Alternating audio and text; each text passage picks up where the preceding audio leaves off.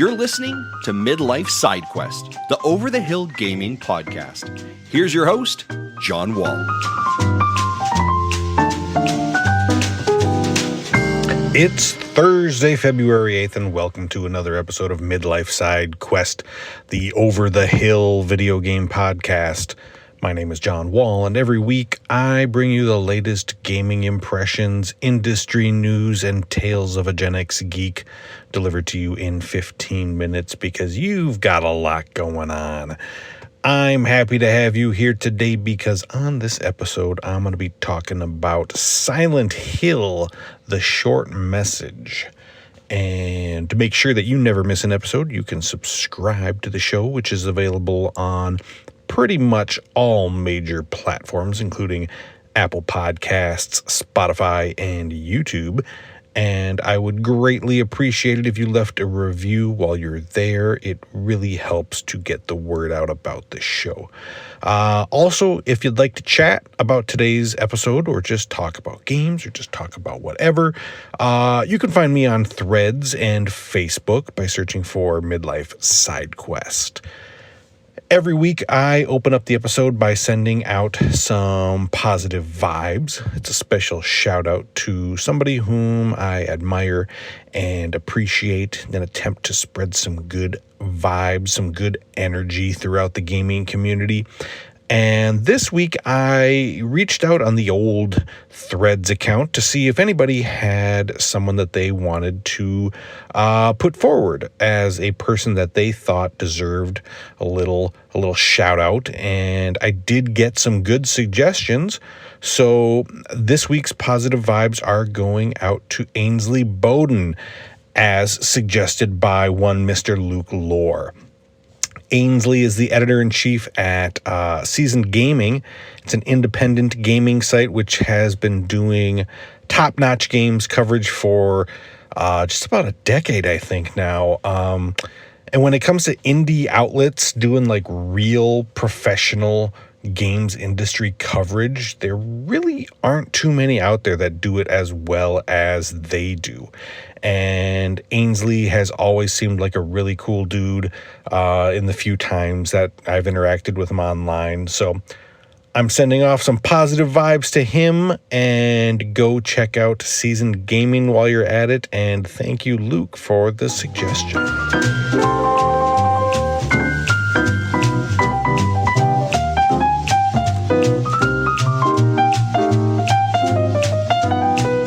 Silent Hill 2 is one of my favorite video games of all time. It's top 3 without a doubt. The story of James Sunderland's search for his wife in the town of Silent Hill while being haunted by his personal demons was unforgettable. Combined with the haunting soundtrack and that dread-filled atmosphere that permeated the entire game, it created an experience that has stayed with me for decades now, over 20 years. And the love that I have for that game is in spite of the fact that it is clearly imperfect and flawed in certain ways. For instance, the controls can be clunky and the combat is not particularly satisfying. But perfection isn't a requirement for me to love a game. In fact, most of my favorite games like Outer Wilds or Firewatch and even Breath of the Wild, all have obvious flaws, but that's how art is. It can create a connection with you that is meaningful and deep despite its shortcomings. Now, I don't want to compare the new Silent Hill, the short message, to that all-time classic game or say that it's some flawed masterpiece, but I do think that it shares something in common with Silent Hill 2 in that it overcomes several issues that I have with it to be a pretty effective and memorable little chapter of Silent Hill lore. So, to give you a little backstory on this game, it is a part of the recently announced Silent Hill renaissance that's happening with Konami now that they've remembered how to make video games. And there was the recently released, but quickly forgotten, Silent Hill Ascension, I think it was called, which was a weird live episodic thing. There's Bloober Team's remake of Silent Hill 2, a couple of other brand new games, and then there is this, which is a short, little self-contained tale, which is available now for free on the PlayStation Store. So this game tells the story of Anita, a teenage girl who is searching for her friend Maya, who texted to meet her at an apartment complex in Germany called the Villa. Although upon arriving, it's clear that the complex has been abandoned for a long time. While searching for Maya, she'll also get texts from another friend of hers, Amelie, and most of the storytelling in the game is done through these texts and phone calls. Although I was surprised to see the use of some live action cutscenes throughout the game. I think that's the first time they've done that in the series, and it was unexpected. And aside from some questionable dubbing on the voice acting, I think it was pretty well done. Of course, this being a Silent Hill game, the more Anita searches, she begins to realize that things aren't what they appear, and soon enough, the world around her begins to change, and the line between what's real and what isn't begins to blur. I think they do a pretty solid job of creating a world that is both visually interesting as well as unsettling. The hallucinations that Anita experiences feel unique and relevant to her story, much in the same way that what happened to James was a reflection of his guilt and his trauma. And I never knew what was going to be waiting behind each door, so I felt pretty on edge throughout the entire game, which lasts about 2 hours. So between the interesting design work and the solid graphics and pretty decent voice acting, I think the presentation for this game was pretty on point. As far as the gameplay goes, it's not quite as successful. 90% of the game would probably fall into that narrative adventure category, what we used to call walking simulators, meaning that you're exploring the environment, looking for clues, and mostly triggering the next bit of story. The one part of the game that does change things up a bit are these chase sequences where you have to run from this creature who's after you. It mostly boils down to just making your way through a maze before it catches you. But I do got to say that it did give me a few scares. It's a pretty creepy looking creature, and when it's chasing after you and you run to open a door only to find it like right there in front of you, shuffling towards you, it might have made me poop a little bit once or twice. And then there's like one puzzle in the game, but not a particularly interesting one.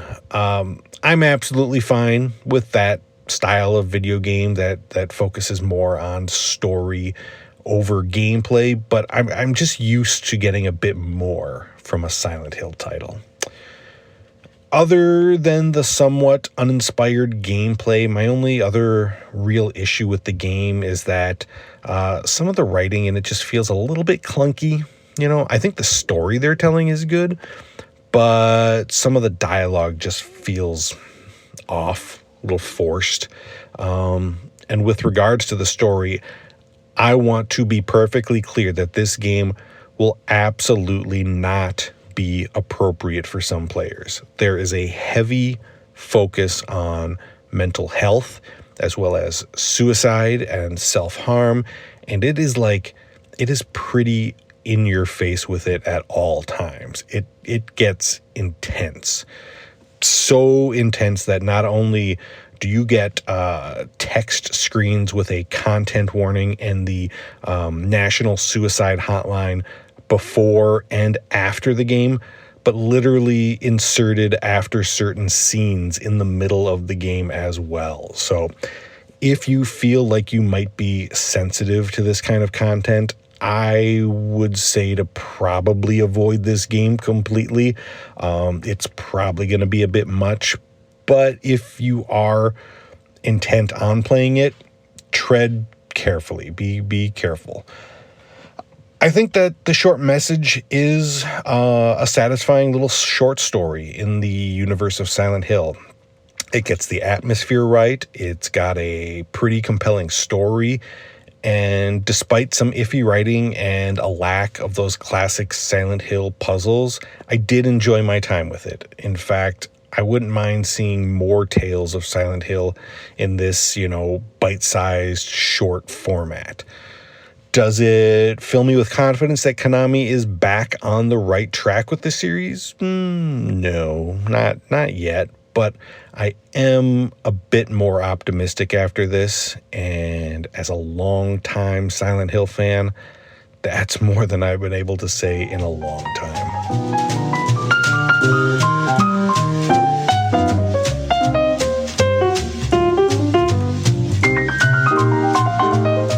This week there was a rumor online that Xbox was considering bringing some of their games to other platforms.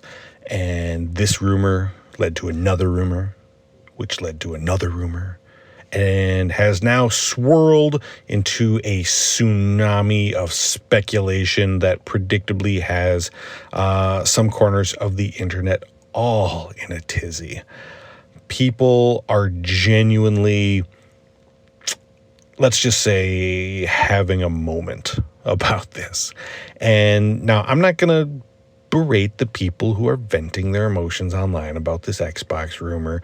Lord knows I've been guilty of getting emotional about gaming, stories before. But what I'm about to say comes from a place of respect and understanding. Please just calm the hell down.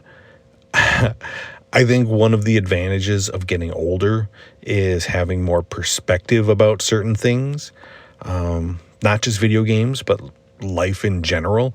And it comes with a better understanding of what's important and what isn't. And please believe me when I tell you that what a video game company decides to do with their business is not that important, at least not to you. I'm not saying you shouldn't care. Of course you should care. You love gaming and you want this industry to be healthy. You want to be a consumer who feels respected. I care.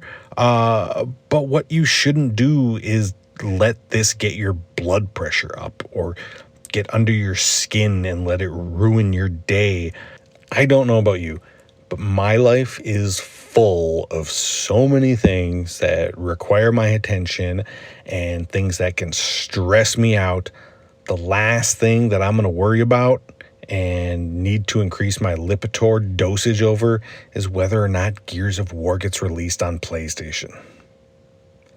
Last week on Polling at Threads, I asked you how you would grade the recent PlayStation State of Play, and 35% of you thought that the showcase deserved a C, while 33% said it was a B, followed by 26% who were very impressed and gave it an A, and 7% thought it was a failure with either a D or an F. So overall, it seems like most of you were kind of middle of the road. Not amazing, but, hardly a disaster.